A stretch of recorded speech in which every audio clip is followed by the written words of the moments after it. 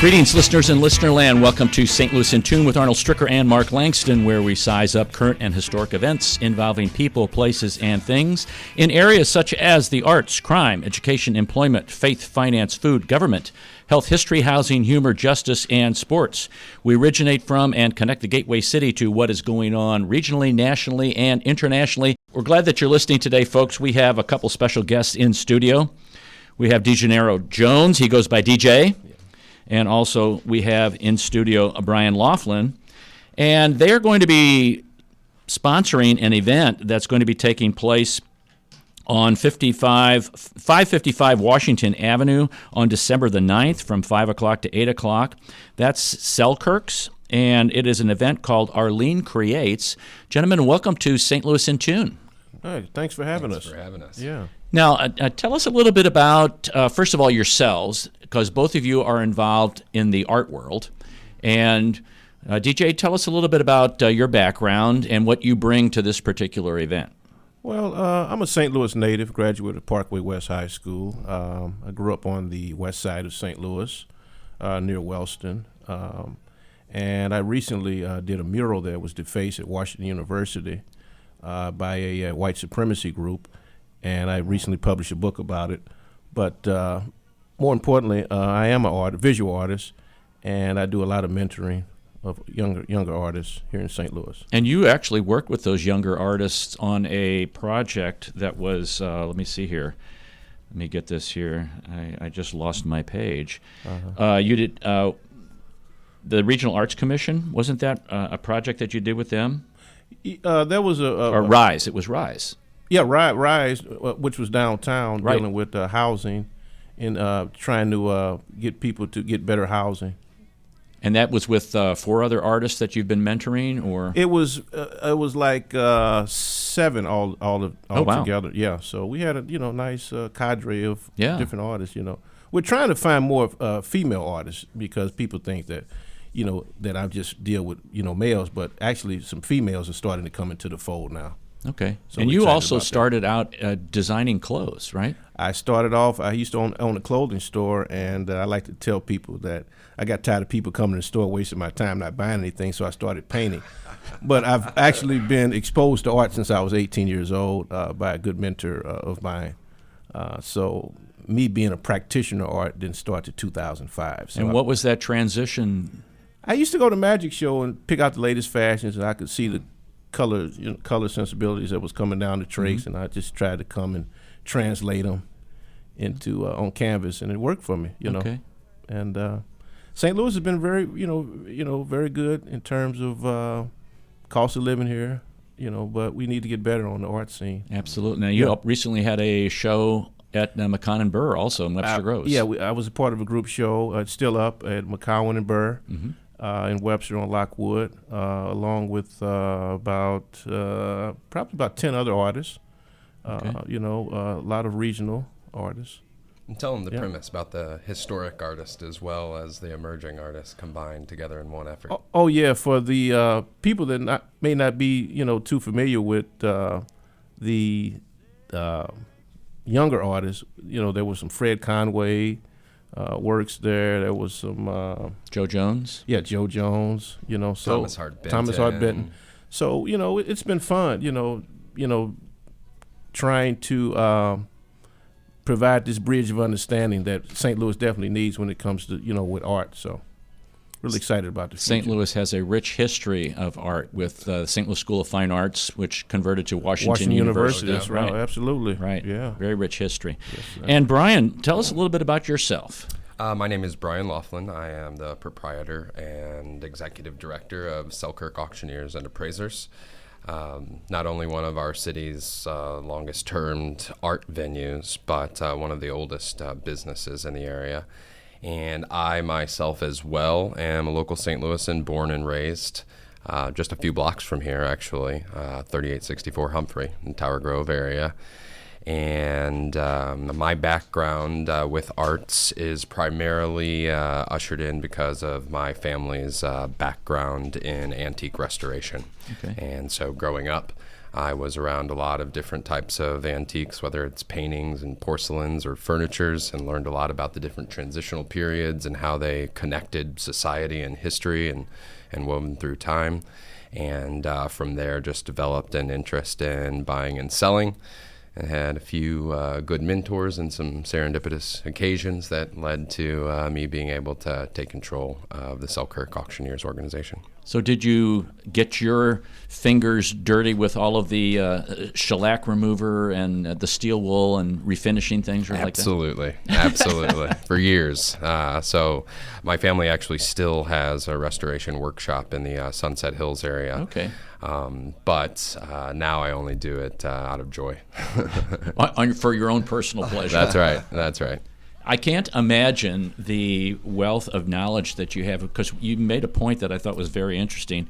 When you look at furniture or you look at art or you look at any kind of what we would call an antique, it does go through periods like the Victorian period, and then you had the arts and crafts period, and then you have other, the Renaissance period.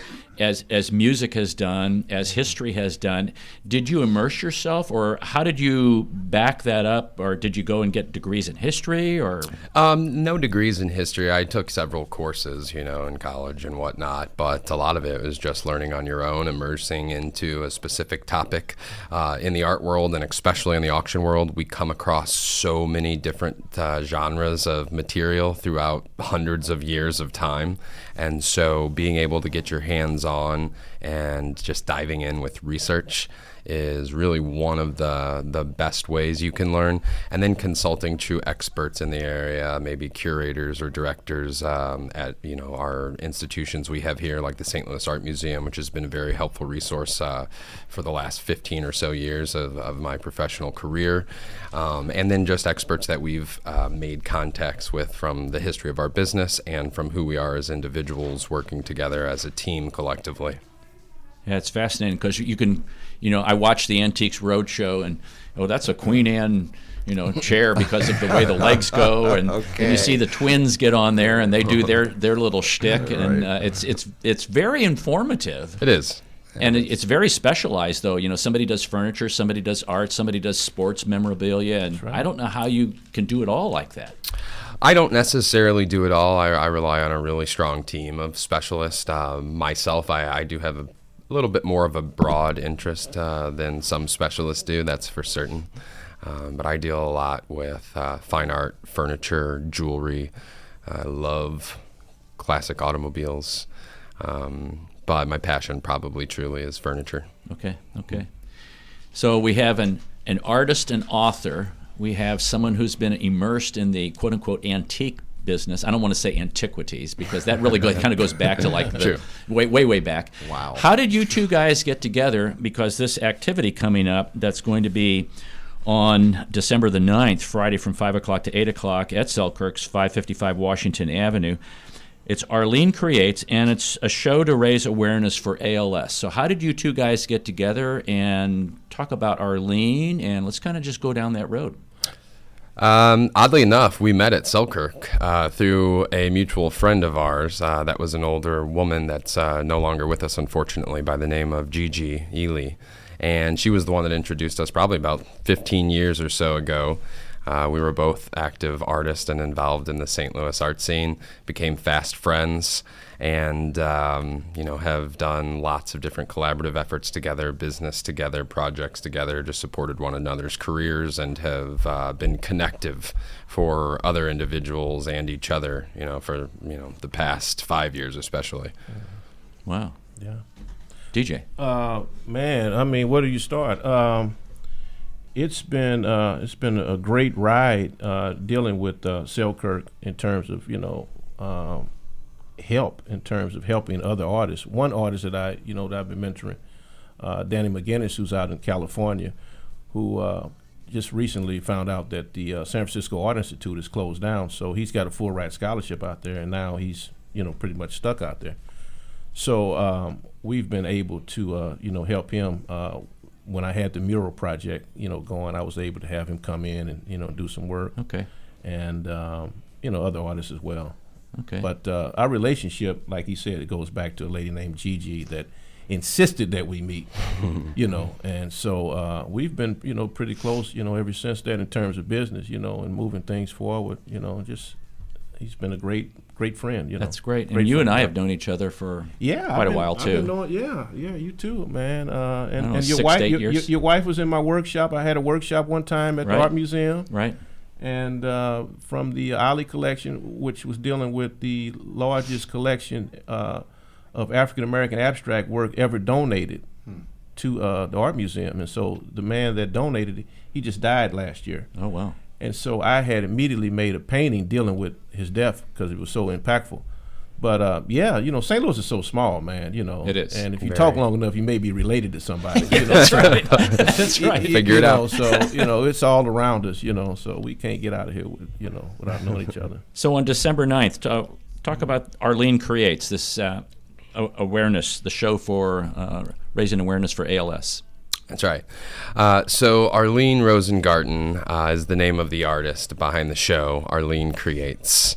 And it will be held December 9th, like you said, at our gallery, which is in downtown St. Louis, 555 Washington Avenue. And essentially, Arlene was a courtroom sketch artist. Oh, cool. But she also, having the skills of an artist, did things on her own, portraits, paintings, things such as these. So we're going to be displaying some of her works. We're going to have some QR codes and signage set up for information not only about some of the individual works, but about Arlene's life, about some of the ALS programs and organizations that she was a part of, and that maybe she assisted and also assisted her. Mr. Jones, my good friend here, is going to be the curator for that show. And he can tell you a lot more about Arlene, as they were pretty tight when it comes to friendship on a personal level. And what does a curator do, DJ, first of all? A curator is one that helps with the theme of what's what are we trying? What's the message we're trying to get out? And I don't know. I guess gather the artwork. Pick out the artwork that needs to be shown in a visual way. And also just lend an ear to people involved too, because it's a lot of what's the word I'm looking for?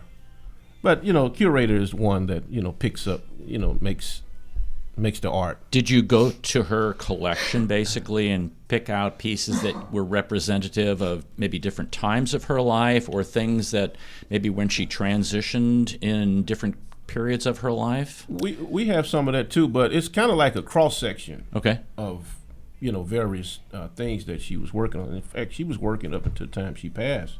Mm-hmm. Wow. And one piece in particular is a piece that she did with a female with a red dress. Mm-hmm. And she has different images, birds, but these courtroom sketches on her, you got to see them, man. It's just something, because she did a lot of sketching in the Thomas Eagleton Courthouse, mm-hmm. These high profile cases, mm-hmm. and she was the only one. Wow. That was doing it. Are those in what medium are those in? She used a lot of crayon. Usually Conti crayon, pastels, graphites, Yeah. Huh. Markers Quick. at times. So Brian said you were tight with her. I've known Arlene since I basically started painting. I met her at different art events. I would be at William Sherburne. That's the last place that I seen her in person. But I would see her at all of the openings. Because I was really, really, really big on going to a lot of openings when I first started painting, just to get a sense of who the movers and shakers in the art. And so Arlene was very nice with me in terms of introducing me to certain people, and so I never forgot that. And she also grew up in the same neighborhood that I came up in. Okay. Oh, yeah. But a different time span. Huh. Right. So she was telling me about how Wellston used to be and right. all that, and I stayed minutes away, a little brisk walk from Wellston. So it was just, like I say, St. Louis is so small, man. It is. That I really enjoy, meeting so many people, So we're going to come back. We're going to take a brief time out here, and we're going to come back and talk more about this particular event that's going to take place on December the 9th, Friday, from 5 o'clock to 8 o'clock. And that is at 555 Washington Avenue at Selkirk's. It's called Arlene Creates. This is Arnold Stricker with Mark Langston. We'll be right back for our next segment. You're listening to St. Louis in Tune on the U.S. Radio Network.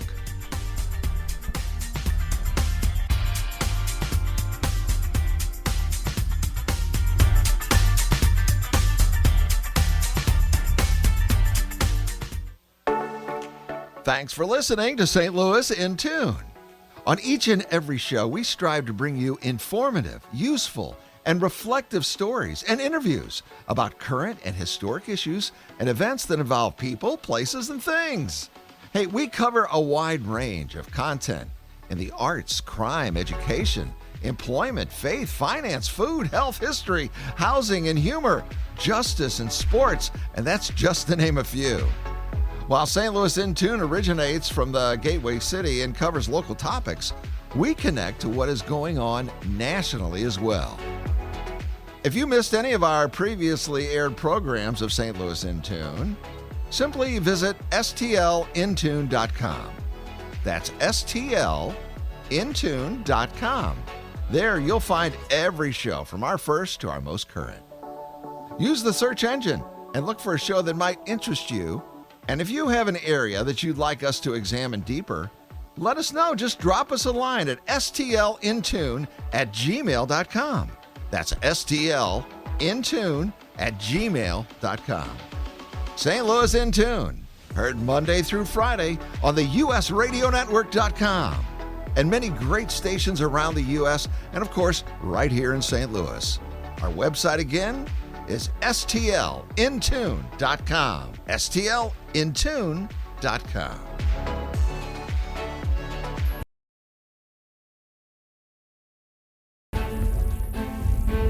This is Arnold Stricker of St. Louis in Tune on behalf of the Dred Scott Heritage Foundation. In 1857, the Dred Scott decision was a major legal event and catalyst that contributed to the Civil War. The decision declared that Dred Scott could not be free because he was not a citizen. The 14th Amendment, also called the Dred Scott Amendment, granted citizenship to all born or naturalized here in our country and was intended to overturn the U.S. Supreme Court decision on July 9, 1868. The Dred Scott Heritage Foundation is requesting a commemorative stamp to be issued from the U.S. Postal Service to recognize and remember the heritage of this amendment by issuing a stamp with the likeness of the man Dred Scott. But we need your support and the support of thousands of people who would like to see this happen. To achieve this goal, we ask you to download, sign, and share the one-page petition with others. To find the petition, please go to dredscottlives.org and click on the Dred Scott Petition Drive on the right side of the page. On behalf of the Dred Scott Heritage Foundation, this has been Arnold Stricker of St. Louis in Tune.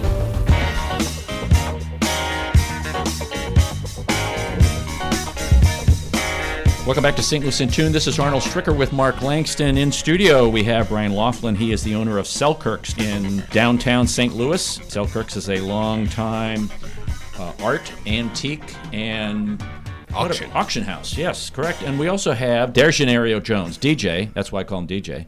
He's here, artist, author. And DJ's paintings and mixed media artwork have been shown in galleries around St. Louis, including the Urban League, Jefferson Underground, the Art Co-op, the Sheldon Concert Hall, Art Lofts, Grand Center, and the Regional Arts Commission. And he's also corrected us here in the studios. Yes, tell Mark. Go ahead. St. Louis historian. He is a St. Louis historian. Yeah. It's amazing. So KXOK has been around, I guess, 84 years, and Harry Carey, the famous broadcaster, was one of the broadcasters on KXOK. And in our studio, we've got pictures of Harry Carey. And Jack Buck. Jack Buck, thanks. But we also have one of Joe Louis and Harry Carey when they were together next to a KXOK microphone. Well, DJ came in and went, "Y'all, you're spelling Lewis wrong. I think we spelt it." Whoever's put it on there, there's a sticker on it. Right, because we didn't put it on. No. There's a sticker on it, and it says Joe Louis, Lewis. And DJ helped us to straighten us out, and it's Louis. But he didn't stop there. No, he could have stopped there, but he told us that was his middle name, and his last name is Barrow. Barrow. Yeah. Barrow. OW, yeah. So we're gonna replace that plaque, that sticker, or whatever it is. We're gonna get out the domino thing and whatever it is. I've never heard that. I didn't know it either. So if You learn all kinds of things on this show. if you're watching on Facebook or on YouTube, I know you can see the picture right underneath the clock that we're talking about. It's in the screen right now. So DJ, thank you for setting us straight. Thank goodness somebody has to set Arnold straight from time to time. yeah, because Mark can't do that. No. And also, you guys have the Louis the Louis the Ninth? Louis the Ninth. Right, Louis the Ninth. That's from in front of the art museum. So who's supposed to be the apotheos right, the of St. Louis? apotheosis. But it's not. The first one was the Eads Bridge, gentlemen. Oh. Pum pum pum pum. I'll be darned. That's what we were known for, the Eads Bridge, baby. Right, James Eads, That's right. Yeah. who had never built a bridge before. Yep. Did not. Yep. They were going to put condos in there. Did you know that? Where? On the Eads Bridge at one time. You know where the where the tracks are? Yes. Underneath the They were going to build condos there? yes, right along there. When was All along that? this. I guess 20 years ago they had talked What's about wrong it. with people? Yeah. I think it would have been cool. Well, that's where the old train track Well, was. Walt Disney was supposed to have been. Yes. You remember that deal? Supposed to be on the riverfront. That's right. Right. So, you know who messed that up? Oh yeah, Bush. August Bush. Yeah. Oh yeah. Well, if you're not going to put beer in Disney, whatever. You know, Arnold's been reading. He read that book. He said it verbatim. so what's funny is they sell beer at Disney World now. Yes, they did. He called him crazy and left and flew out or something. Remember, he said that in the book. Yeah. Is that Said it- right? yeah, it was a big thing. Wow. They probably don't serve Bush down at Disney. Could have been, right? Yeah. Right. Probably Miller. Coors. What is Coors? Yeah. Oh, shameless plugs. Oh, don't do it. Okay. So we're talking about Arlene Creates. It's a show to raise awareness for ALS, and most people know that as Lou Gehrig's disease. That's right. I may just totally have the disaster as I'm going to pronounce the entire name here. Amyotropic lateral sclerosis is ALS. And it's a debilitating disease that starts very slowly and can go on for a length of time, or it can go very rapidly, kind of depending upon the individual. And it really renders their whole body, they can't use it. They're able to think, but their body doesn't do anything. And DJ, you knew Arlene very well. How did she deal with this ALS as it came on, and then as it progressed, and then finally took her life?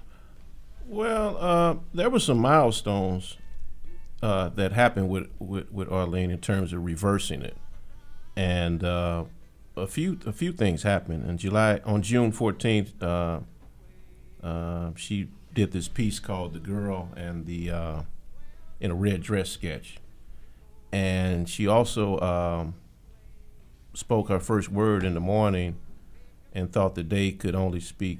Well, I'm sorry. I'm trying to read some notes and also. Yeah, you're good. You can even just read the notes, as far as I'm concerned. So. That works. In the first quarter of the year 2020. And this is all in reference to Arlene fighting and improving from when she was feeling at their most worst state. And so a lot of these things that DJ is about to correlate are some of the reversal effects that she fought for to reattain an ability. Okay, cool. Okay. So in the first quarter of the year of 2022, we started going to a Sunday call Zoom sessions of www.healingals.org and which is a great resource. Interactions with others on that call throughout the week, and started doing what they were doing, and it worked with Arlene's fingers grabbing the oil stick. Milestones of Arlene's ALS reversing in the year of 2022. June 14th to grab an oil stick and start the girl in a red dress sketch. July 1st, completed the girl in a red dress sketch. July 3rd, Arlene spoke her first word in the morning and thought the day could only speak one word at a time. Also on July 3rd, she started the girl with the pearl earring sketch in the same sketch pad as the girl in a red dress sketch, and completed the sketch on the same day she started the sketch. July 10th, Arlene could put her eye drops in by herself before going to bed for the night. July 25th, Arlene could put toothpaste on her toothbrush by herself before going to bed at night. And August 18th, Arlene went to Miller Lab at the school for her 3 months ALS checkup, and Miller Lab could not do the breathing test that day for 10 ALSers that came to the school because supply chain issues did not deliver to the lab the mask to operate the breathing test machine. Miller Lab did order a blood draw to see the CO2 level in Arlene's blood, and we had it done the day the downstairs. And we had it done that day downstairs before we left the school, where the results would be reported on BJC Healthcare. My patient chart that was an online computer site for Arlene to see in her computer. Arlene had a HIPAA signed for 3 people, who, and these are the people that's mentioned. And then I'm going to skip past that because that's some confidential stuff. Sure. But then in the month of September, Arlene had Sandy Krim, that's her sister, husband Mike Krim, brother-in-law, to put on the chart on her phone call, on her cell phone, because she did not see the chart on her computer. Miller Lab advised that they would know the CO2 level in Arlene's blood like 3 working days after left the lab on August 18th. Labor Day weekend started September 2nd. Arlene was speaking complete sentences. Her voice was soft sounding of her natural voice and not sounding like her ALS voice before she lost her voice.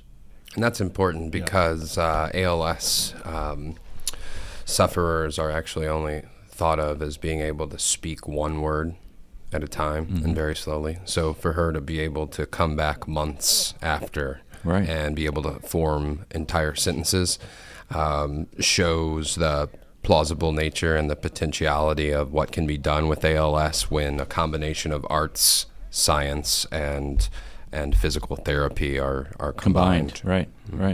And she passed on September 13th, I believe. Yes.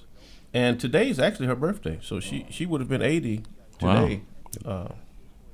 Great timing, fellas. It's wonderful timing. Yeah, so. Now, why this show, DJ? When did it first kind of develop in your mind to do this, and then you contacted Brian, just like, hey, I've got an idea about this? Well, I remember how impactful, see, one thing about, you never forget how people make you feel, and she always was very nice to me every time when I would see her at art events. And I said, you know what, I'm an artist, I got a few little connections, why not get involved? Why not do something? Why not step up? Yeah.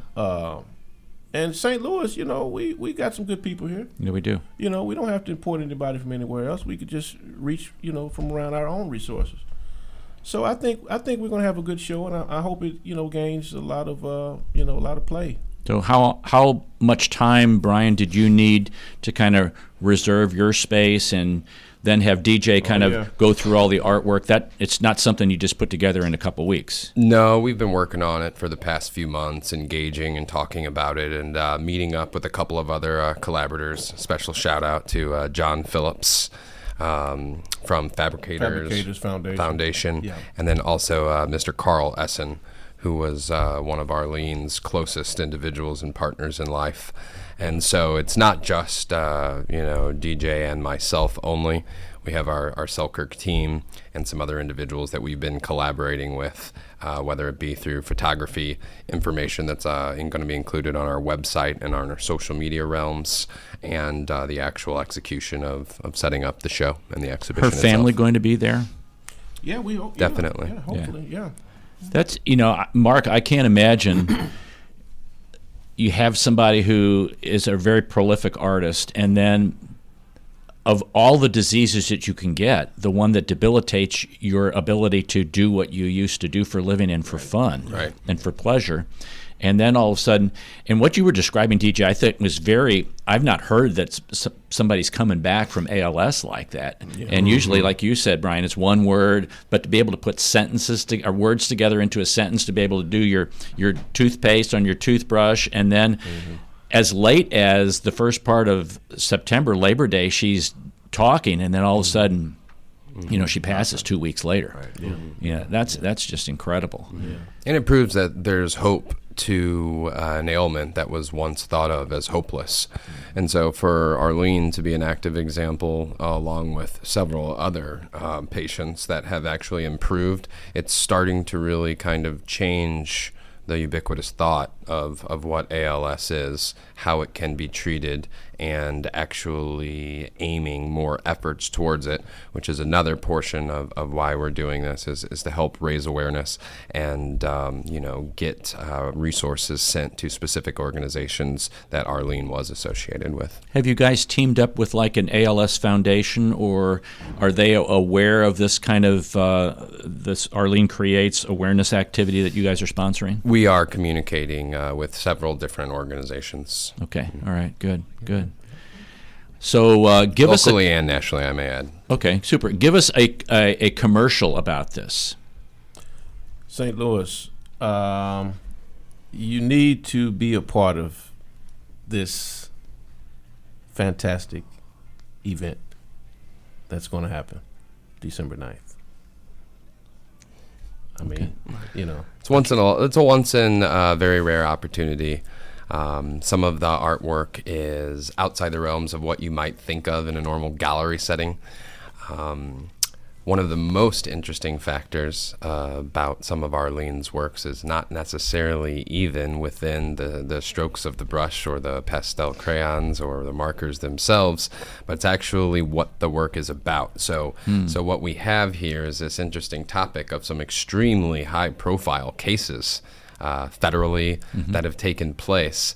And so beyond just saying courtroom sketches, she was a courtroom artist in the O.J. Simpson trial during 9/11 with portions of Al-Qaeda. Wow. So there's very significant cases that the artwork is representing. It's not just a civil suit randomly on a Tuesday. Wow. And so the work's meaning and the history behind the work, as well as the skill and the talent and the passion that Arlene had, is really the dual chord of the whole message beyond ALS. So there's a lot of interesting factors, and we're also going to be holding a private event for the Missouri Bar, and it was really, really fortunate timing. So all of the St. Louis area attorneys are going to be able to go back, and some of them are going to be able to revisit cases they may have been a part of through some of Arlene's past artwork. We're probably talking about tens of thousands of pieces of artwork that she's accumulated over the course of her life? We do not have a count because obviously some are no longer extant and a lot were sketch. But we do have large portions of her work. We do have hundreds of individual examples. Was her training locally here, or where did she train? And maybe she had a mentor who helped guide her. And while you're thinking about that, because illustrators or courtroom artists have always kind of been thought like, well, you're kind of a second-class citizen. Like Norman Rockwell. I love Norman Rockwell. And all those guys who did Post covers and McCall's covers and Country Gentleman covers. Right. And matter of fact, Al Parker, another St. Louisan, did a lot of covers for during the 30s and 40s. He has a lot of his work is housed at Washington University. Anyway, they were kind of thought of as like, well, you're just an illustrator, you're a cartoonist. That's right. But in their own right, they're artists. Oh, no doubt about it. And it's capturing a moment in essence in a courtroom in a very short span of time that you don't really have to change or alter to a perfectionist state. And so to be able to do something so accurately and so swiftly, there's definitely a lot more than meets the eye to it. So it's not something she would like sketch and then go and kind of change it or fill it in. It was like all done right then. No, these are in the moment, in the midst of the courtroom. Talk about fast. So DJ, do you know her training background? Well, I know she was No, I don't right now. Okay, that's all right. That'll be something for Yeah, our yeah, listeners to check out. And we'll have some information We'll have some on more, yeah. the documented, people in her life that really made an impact for her at the show on December 9th. There's going to be quite a bit of information available, too. She's of that age where she probably would have at least touched base with people at the St. Louis School of Fine Arts. And I'm sure, just because of where she grew up and proximity to WashU, and I'm sure that, they kind of touch base with each other on that. Yeah. So if you are looking for something to do on December the 9th, which is Friday from 5 o'clock to 8 o'clock p.m., you should go to Selkirk's, that's 555 Washington Avenue, between 5 o'clock and 8 p.m. for a awareness show called Arlene Creates, and it's for Arlene Rosengarten, who is an artist. She did multiple kinds of what I would call courtroom art for the federal programs, big, large cases, and you can see some of those on display. That's at Selkirk's, and I'm really grateful, Brian and DJ, that you guys came in to talk about this, especially about ALS and the things that are being done to really improve the progress for people who have that prognosis. I wasn't aware of how far things had developed with that. So thank you very much for coming in and talking about this activity. Thanks for Likewise. having us. Yeah, thanks for the opportunity. Yeah. We appreciate you listening to this episode of St. Louis in Tune. If you enjoyed this episode, please consider subscribing to the podcast to keep up on all of the latest episodes. St. Louis in Tune is produced in cooperation with Motif Media Group. For St. Louis in Tune, I'm Arnold Stricker.